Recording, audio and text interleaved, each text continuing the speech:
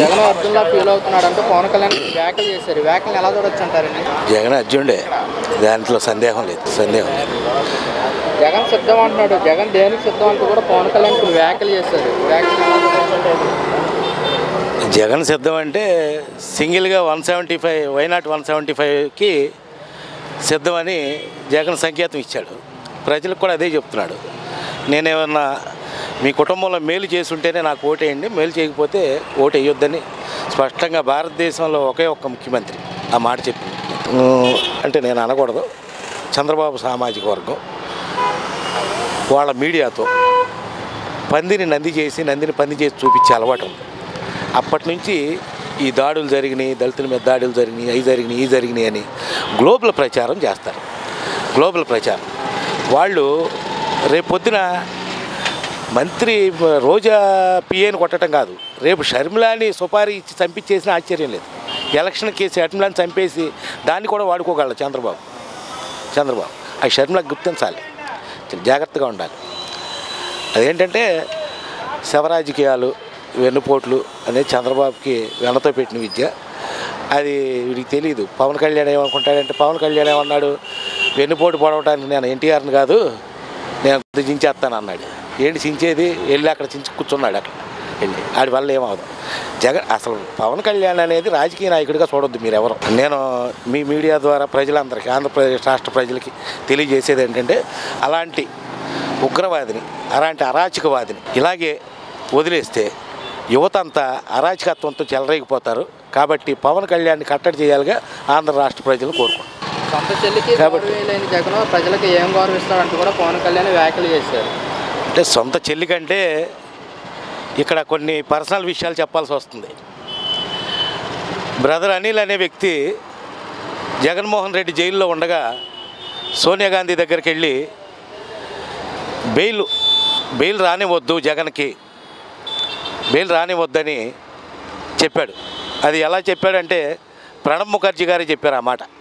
అంతటి అధికార దాహంతో ఉన్న అనిల్ ఆ రోజు భార్యతో పాదయాత్ర చేయించాడు. అది జగన్ మీద ప్రేమతో కాదు, ప్రజల మీద ప్రేమతో కాదు, అది చేయించాడు. అయితే 2014లో ఆ పాదయాత్ర చేసినప్పుడు పార్టీ గెలవల. జైలు నుంచి వచ్చిన తర్వాత 2014 ఎన్నికల తర్వాత ఆయన పాదయాత్రతో జగన్మోహన్ రెడ్డి రాష్ట్రం మొత్తం తిరిగి నేనున్నాను, నేను విన్నాను అని నవరత్నాల రూపంలో ఏ ప్రజలకి ఏమేమి కావాలో అవన్నీ ఆయన నవరత్నాలనే మేనిఫెస్టోగా, నా మేనిఫెస్టోనే బైబిల్, నా మేనిఫెస్టోనే భగవద్గీత, నా మేనిఫెస్టోనే ఖురాన్ అని భావించి కులాలకి, మతాలకి, ప్రాంతాలకు అతీతంగా తను సంక్షేమ ఫలాలు అందిస్తాడు. జగన్ సిద్ధం అంటున్నాడు. జగన్ దేనికి సిద్ధం చెప్పాలంటూ కూడా పవన్ కళ్యాణ్ వ్యాఖ్యలు చేస్తున్నారు. వ్యాఖ్యలను ఎలా చూడొచ్చు అంటారు? జగన్ సిద్ధం అని ప్రజల కోసం సిద్ధం, ప్రజలకు ఏదైనా చేయటానికి, మంచి చేయటానికి. ఇప్పుడు పథకాల కోసం చేయటానికి జగన్ సిద్ధం, ప్రజలకు మంచి చేయటానికి జగన్ సిద్ధం, పేద బిక్కీలకి జగన్ మంచి చేయటానికి సిద్ధం, ఆనగారిన వర్గాలకి, మైనార్టీలకి, బీసీలకి అందరికీ మంచి చేయటానికి జగన్ సిద్ధం. నువ్వు దేనికి సిద్ధం? ఇప్పుడు పొత్తు ధర్మం అన్నాడు. పొత్తు ధర్మం అని అన్నప్పుడు ఈ లక్ష అయినప్పుడు ఈయన ఎందుకు ఆయన ఇంటికి 1-2 సార్లు తిరిగేది? దత్తపుత్రుడు కాకపోతే ఆయన రావచ్చుగా, ఆయనే మాట్లాడవచ్చుగా, అంత కంగారు ఏముంది? ఇప్పుడు స్వయంగా నుంచోవచ్చుగిన లేదు, పొత్తు ధర్మం పార్టీ ఇట్లేదు అన్నావు. అన్న 24 గంటల్లోనే వెళ్ళిపోయి మళ్ళీ 2 సార్లు మీటింగ్ పెడితే 80 సంవత్సరాలు ఉండ హరిరామ్ జోగయ్యే మంచి పట్టుదలతో ఉన్నాడు. మరి నువ్వు ఎక్కడుండే పట్టుదల? నేను మాట్లాడితే అది చేస్తాను, ఇది చేస్తాను, వైసీపీ వ్యతిరేక ఓటు చేయాలను, నువ్వు చేయాలని ఇచ్చేది ఏముంది? చేయకపోతే ఎవడు వేసేవాడు ఎట్టాగా వేయడు. నువ్వు చెప్పినా వేస్తారా, లేదు చెప్పపోతే వేస్తారా? జగన్ దేనికైనా సిద్ధమే, ఈయన దేనికైనా ఎందుకు పనికిరాని. సీట్ల సర్దుబాటుపై చంద్రబాబుతో పవన్ కళ్యాణ్ ఎన్నోసార్లు భేటీ అయ్యారు. ఈ భేటీలో క్రమంగా చంద్రబాబు నాయుడు సీట్లు తగ్గించుకుంటూ వచ్చారు. కొంతమంది 20 సీట్లు ఇస్తా అంటున్నారు. దీనిపైన మీ అభిప్రాయం ఏంటండి? అందుకే చెప్పేది, ఇప్పుడు పొత్తు ధర్మం పార్టీ లేదని 10 రోజుల క్రితం అన్నావు, వారం క్రితం అన్నావు, అయిపోవచ్చుగా, ఆయన వస్తాడుగా. కావాలంటే ఈయన అవసరం, ఇప్పుడు ఇద్దరు కలిసి పోటీ చేస్తామంటున్నారు, గెలుస్తామంటున్నారు, పవర్ మాదే అంటున్నారు, జగన్ అంతా చూస్తామంటున్నారు, రాసుకుంటున్నారు, రెడ్ బుక్ అన్నారు, అదని మొత్తం రాసుకోవచ్చు. ఆ పొత్తు ధర్మం అన్నప్పుడు నువ్వెందుకు వెళ్తావు? నువ్వు స్వయంగా నిలబడు. నువ్వు స్వయంగా నిలబడలేవు, నిలకడగా ఉండలేవు, స్టాండర్డ్గా ఉండలేవు. ఇక పొత్తు ధర్మం పార్టీ అయినప్పుడు నువ్వు వెళ్ళకూడదు కదా. 1-2 సార్లు 24 గంటల్లో 2 సార్లు వెళ్ళావు. ఇంకా మరి ఇంకెందుకు? 20 కాకపోతే ఆయన ఇచ్చినవి తీసుకుంటామే.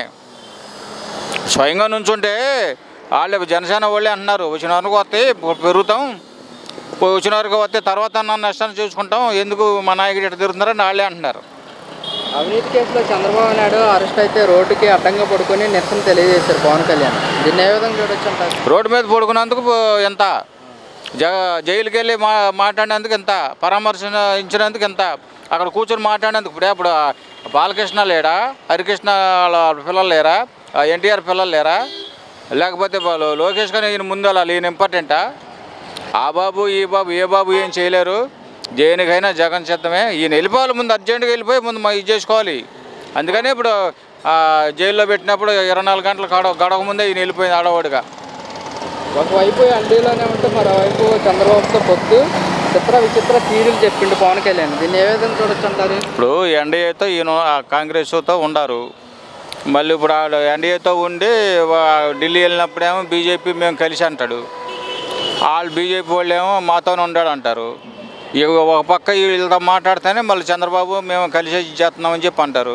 చంద్రబాబు ఏమో కాంగ్రెస్ కావాలి, ఇప్పుడు నేనే గెలిపించాను అంటాడు కర్ణాటకలోను తెలంగాణలో, అక్కడ మాట చెబుతాడు, మళ్ళీ ఇక్కడేమో బీజేపీ పొత్తు కావాలంటాడు. ఆత్మగౌరవం నిలబడేలా పొత్తులతో భాగంగా సీట్లు వస్తాయంటే కేడర్లకు ఎన్నాళ్ళు నమ్మబలికింది పవన్ కళ్యాణ్. దీన్ని ఏ విధంగా చూడొచ్చు అంటారు? ఆత్మగౌరవం అంటే అసలు ఏంటి? ఆత్మగౌరవం ఉంటే పొత్తు ధర్మం లేనప్పుడు ఆత్మగౌరవం లేనట్టేగా, గౌరవం లేనట్టేగా, నీ మీద గౌరవం లేనట్టుగా మరి నువ్వు ఎందుకు వెళ్ళా? మెదలకుండా ఊరుకుంటే నీ ఆత్మగౌరవం మీద నువ్వు నుంచోవాలి. అది ఆత్మగౌరవం అంటే. ఓ పక్కన నుంచోవో గబగబా వెళ్ళిపోతావు, పొత్తు ధర్మం అంటావు, ఢిల్లీ వెళ్ళాము అక్కడ పోయి ఇద్దంటావు, నేను వాళ్ళతోనే ఉన్నానంటావు, బీజేపీతో ఉన్నానంటావు, ఇక్కడికి వస్తేనేమో తెలుగుదేశం జనసేన కలిసే పోటీ చేస్తే అవసరమైతే బీజేపీని కలుపుకుంటా ఉంటాడు. బీజేపీ ఎక్కడ కలుసుద్ది? జగన్ అబ్దుల్లా ఫీల్ అవుతున్నాడని పవన్ కళ్యాణ్ విమర్శించాడు. విమర్శలు ఎలా చూడొచ్చు అంటారు? జగన్ను విమర్శించే స్థాయి మన ఏపీలో ఎవరికి లేదు అనేది నా సొంత అభిప్రాయం. ఎందుకంటున్నానంటే నిన్న కాక మొన్న మీటింగ్లో అసలు జనం ఏంటి, ఆ మీటింగ్ ఏంటి, ఆ వ్యవహారం ఏంటి, ఆయన మాట్లాడిన విధానం చంద్రముఖి ఇక లైఫ్లో ఉండదు అంటే ఏంటి అర్థమైపోయింది, మనకి జనాలందరికీ అర్థమైపోయింది. రేపు జగన్ గెలిచిన తర్వాత చంద్రముఖి అనేవాడు కనపడ్డం. జగన్ సిద్ధం అంటున్నాడు, దేనికి సిద్ధం అంటూ కూడా పవన్ కళ్యాణ్ కొన్ని వ్యాఖ్యలు చేశారు. వ్యాఖ్యలు ఎలా చూడొచ్చు అంటారు? సిద్ధం అంటే మామూలుగా జనాలు తీసుకున్న పథకాలను బట్టి కానీ, లేదంటే జగన్ పరిపాలన విషయంలో కానీ, జగన్ చేస్తున్న అభివృద్ధి సంక్షేమంలో అసలు మనం ఎలా ఉన్నాము, జనాలు ఎలా ఉన్నారు, వాళ్ళ పరిస్థితి ఎలా ఉంది, మన మీద అభిప్రాయం ఎలా ఉంది అనేది ఒక సిద్ధం అనే మీటింగ్ని ఏర్పాటు చేస్తే ఆ వచ్చిన జనాలను బట్టి జగన్కు వచ్చిన రెస్పాన్స్ ఏంటో అర్థమైపోతుంది. బేభత్సంగా జనాలు వచ్చారు. అసలు ఇంకా మీటింగ్లు ఎంతమంది ఉన్నారో బయట అంతగా 2 రెట్లు జనాలు ఉన్నారు. దాన్ని బట్టి ఆటోమేటిక్గా మాకు తెలిసిపోతుంది. ఆటోమేటిక్గా 130, 140 సీట్లు జగన్ ఖచ్చితంగా వస్తాయనేది మా స్ట్రాంగ్ అభిప్రాయం. సొంత చెల్లికి గౌరవం లేని జగన్ ప్రజలకు ఏం గౌరవం ఇస్తాడంటూ కూడా పవన్ కళ్యాణ్ కొన్ని వ్యాఖ్యలు చేశారు. వ్యాఖ్యలు ఎలా చూడొచ్చు అంటారు? ఇప్పుడు అది పర్సనల్ మ్యాటర్ అండి. సొంత చెల్లికి లేదంటే చంద్రబాబు నాయుడికి పవన్ కళ్యాణ్కి అసలు ఏంటి సంబంధం? చంద్రబాబు నాయుడికి పవన్ కళ్యాణ్కి ఉన్న సంబంధాలు ఏంటంటే వెన్నుపోటు సంబంధం. పవన్ కళ్యాణ్ కూడా ఆటోమేటిక్గా రేపు పొద్దున వెన్నుపోటు పొడిచి ఆ ఓట్లను వచ్చినాక సీఎం అవుదాం అనుకుంటున్నాడు. అయిన తర్వాత పవన్ కళ్యాణ్ ఏం చేయాలో అది చేసేస్తాడు. అది అందరికీ తెలిసిన విషయమే. వైసీపీ శ్రేణులు చరిమలాపై నీచంగా మాట్లాడినా జగన్ పట్టించుకోవట్లేదు అంటూ కూడా పవన్ కళ్యాణ్ కొన్ని వ్యాఖ్యలు చేశారు. ఇప్పుడు పార్టీల తత్వంగా వైసీపీలో ఉండి వైసీపీ శ్రేణులు షర్మిలాని తిడతారు. ఆ మాటలు తప్పు కదా. తప్పు మాటలు మాట్లాడేటప్పుడు ఎవరైనా సరే ఎవరినైనా తిడతారు. పవన్ కళ్యాణ్కి చంద్రబాబు నాయుడికి పొత్తులు ఎప్పటికీ కుదరవు. బీజేపీతోనూ ఎవరు ఏ కేసుల్లో ఇరికిస్తారా అని చెప్పేసి భయంతో ఈ విధంగా నడుచుకున్నారు తప్పితే పవన్ కళ్యాణ్కి చంద్రబాబు నాయుడికి పొత్తులు కుదరవు. కుదిరినా కానీ రేపు పొద్దున గందరగోళం అవుతుంది. అసలు వాళ్ళ ప్రభుత్వం రాదు. దాని గురించి డౌట్ పడాల్సిందేం లేదు. అనవసరంగా లేనిపోయిన అపోహలు తీసుకొచ్చి అందరిని మభ్యపెట్టి మాయపెట్టి కన్ఫ్యూజన్లో పెట్టడం తప్పితే జగన్ సింగిల్గా సింహంలాగా వచ్చి సింగిల్గా పోరాడి ఆయన గెలుపు ఖాయం. ఒకవైపు ఎన్డీలోనే ఉంటూ మరోవైపు చంద్రబాబుతో పొత్తు. దీనికి చరిత్ర తీరుకు చెప్పిన పవన్ కళ్యాణ్ ఏదైనా చూడొచ్చు అంటారు? ఏదైనా చూసేది ఏముందండి? ఎంత రాజకీయ కుట్ర, రాజకీయ డ్రామా, రాజకీయాలు. వాళ్ళు ఏంటంటే ఈ పడవ ఆ పడవ ఏదికి స్ట్రాంగ్గా ఉంటుందో దాంట్లో ఉందామని చెప్పేసి అసలు వాళ్ళు తేల్చుకోలేని పరిస్థితి ఉన్నాడు. ఎక్కడ ఎన్ని సీట్లు పోటీ చేస్తాడు, ఎక్కడ గెలుస్తాడు, ఎక్కడ ఓడిపోతాడు అనేది కూడా అతనికి అవగాహన లేదు. ఇదంతా ఏంటంటే పవన్ కళ్యాణ్ చంద్రబాబు నాయుడు ఏకమయ్యారు, మేము ఏదో ప్రభుత్వాన్ని ఫామ్ చేద్దాం అని అందరూ ఊహించుకునే రీతిలో చేయడానికి తప్పితే దేనికి పనికిరాడు. పవన్ కళ్యాణ్ అనేవాడు ఒక పావలా అంతే. ఆయన ఆటలో అట్టిపండు లాంటివాడు. తర్వాత ఏం జరిగిద్దో నేను చెప్తున్నా, నోట్ చేసుకోండి. తర్వాత ఏం జరిగిద్దో పవన్ కళ్యాణ్కే చూపిండి ఈ వీడియో. సీట్ల పంపిణీపై పలుమార్లు పవన్ కళ్యాణ్ భేటీ అయ్యారు.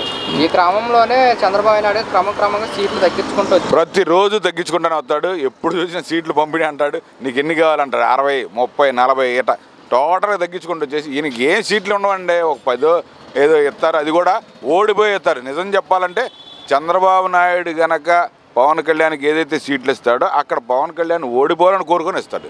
ఎందుకంటే గెలిచిన కాడి నుంచి నాకు తలకానిపోతుంది. చంద్రబాబు నాయుడు గురించి అందరికీ పూర్తిగా తెలియదు. లోపలే కుట్ర చేస్తాడు. లోపల అంటే నువ్వు నా ఫ్రెండ్ అంటానే ఉంటాడు, నువ్వు ఓడిపోవాలని కోరుకుంటాడు. అట్లాంటి వాళ్ళతో జతకట్టిన వాళ్ళు ఎప్పుడు కూడా శాశ్వతంగా ఉండలేరు, రాజకీయాలు చేయలేరు, ప్రజలకు మేలు అసలు చేయలేరు. జగన్ అర్జున్లా ఫీల్ అవుతున్నారని పవన్ కళ్యాణ్ కొన్ని వ్యాఖ్యలు చేశారు. వ్యాఖ్యలు ఎలా చూడొచ్చా? పవన్ కళ్యాణ్ గారు మాట్లాడటంలో అది న్యాయం లేదు. 175 స్థానాలకు 151 స్థానాలు సంపాదించిన మనిషి, ప్రభుత్వం ఏర్పాటు చేసిన ఒక ముఖ్యమంత్రి అలా మాట్లాడటంలో న్యాయం ఉంది. ఈయన మాట్లాడే అద్భుతం ఏంటి? నువ్వు గెలవలేనివాడివి, నువ్వు మాట్లాడటం ఏంటి? జగన్మోహన్ రెడ్డి గారి గురించి, జగన్మోహన్ రెడ్డి గారి గురించి నీకు మాట్లాడే అర్హత, హక్కు నీకు లేదు. నీ కమ్యూనిటీలోనే నీకు విలువ లేదు. అలాంటి వ్యక్తి నువ్వు మాట్లాడే అర్హత నీకు లేదు. జగన్ సిద్ధం అంటున్నాడు, దేనికి సిద్ధం అంటున్నాడు? జగన్మోహన్ రెడ్డి గారు దేనికైనా సిద్ధమే. 175 స్థానాల్లో అభ్యర్థిని నిలబెట్టగలిగిన సమర్థ కలిగిన నాయకుడు మా జగన్మోహన్ రెడ్డి గారు. అలాంటి నాయకుడు దేనికైనా సిద్ధమనే అంటారు. నీలాగా 15, 20 సీట్లు తీసుకొచ్చేవాడు నువ్వు మాట్లాడుతానికి దేనికి సిద్ధమని నువ్వు అడుగుతావేంటి? నీకు దమ్ము ధైర్యం ఉంటే 175 స్థానాల్లో అభ్యర్థులను నిలబెట్టు, పొత్తు లేకుండా నిలబెట్టు. అప్పుడు నువ్వు నాయకుడు అనిపించుకో. అంతేగాని ఆళ్ళ పొత్తులతో నువ్వు వచ్చి ఈ రోజున జగన్ అద్భుతం అంటున్నారు, అది అంటున్నాడు, ఇది అంటున్నాడు, నువ్వు మాట్లాడే అర్హత నీకు లేదు. ముందు పవన్ కళ్యాణ్ గారిని ఆ వ్యాఖ్యలు మానుకోమనండి. నిజంగానే జగన్ అన్న అర్జునుడు. కొంత చెల్లినే గౌరవించలేదు, ప్రజలు ఏం గౌరవిస్తారంటే కూడా పవన్ కళ్యాణ్ కొన్ని వ్యాఖ్యలు చేశారు. ఈయన చిరంజీవి గారిని వాళ్ళ అన్నయ్యని గౌరవిస్తున్నాడు. ఈయన పవన్ కళ్యాణ్ గారు కూడా వాళ్ళ అన్నయ్యని ఎక్కడ గౌరవించారో చెప్పమనండి. జగన్ సిద్ధం అంటున్నాడు, జగన్ దేనికి సిద్ధం మాకు చెప్పాలంటూ కూడా పవన్ కళ్యాణ్ కొన్ని వ్యాఖ్యలు చేస్తున్నారు. జగన్ గారు 2024లో సీఎం అవడానికి సిద్ధంగా ఉన్నారు. 175 నియోజకవర్గాల అభ్యర్థులను పెట్టాడు. ఈయనకి దమ్ము ధైర్యం ఉంటే పవన్ కళ్యాణ్ గారు కూడా నిలబెట్టమని మాట్లాడమని చెప్పండి. జగన్ అన్న దేనికైనా సిద్ధం. అవినీతి కేసులో చంద్రబాబు నాయుడు గారు రాజమండ్రి జిల్లాలో అరెస్ట్ అయి ఉంటే రోడ్డు కట్టంగా నిలబడి పవన్ కళ్యాణ్ నిరసన తెలియజేస్తారు. ఏ విధంగా చూడొచ్చుంటారన్న? పవన్ కళ్యాణ్ గారు అడ్డంగా నిలబడి కాదు, అడ్డంగా దొరలేడు. పవన్ కళ్యాణ్ గారు అడ్డంగా దొరలేడు. ఏదో సింపతి చూద్దాం అనుకున్నాడు, కానీ అక్కడ ఏ సినిమా లేక ఎవరో రాక ఆయన దొరలేడు అనమాట. దాని గురించి మనం పట్టించుకోవసరం. అసలు పవన్ కళ్యాణ్ అనే వ్యక్తి గురించి మాట్లాడుకోవడం కూడా అనవసరం. సీట్ల పంపిణీపై పలుమార్లు చంద్రబాబుతో భేటీ అయ్యారు. ఈ క్రమంలోనే ఎన్నిసార్లు భేటీ అయినా చంద్రబాబు నాయుడు సీట్లు క్రమంగా తగ్గించుకుంటూ వచ్చారు. దీన్ని ఏ విధంగా చూడొచ్చుంటారు? పవన్ కళ్యాణ్ గారు ఎన్ని సీట్లు అడిగినా క్రమంగా తగ్గించుకుని వచ్చిన లాస్ట్కి పవన్ కళ్యాణ్ గారికి సీట్ ఎక్కడ ఉందో కనుక్కోమని ముందు పవన్ కళ్యాణ్ గారికి ఏ పార్టీ మీద పోటీ చేస్తున్నాడు, ఏ నియోజకవర్గం? ప్రచారాలు కూడా జరుగుతుంది. 20 సీట్లు 15 సీట్లు అని కూడా అంటున్నారు. అసలు ఒక్క సీట్ ఇచ్చినా ఆశ్చర్యపడవసరంలా.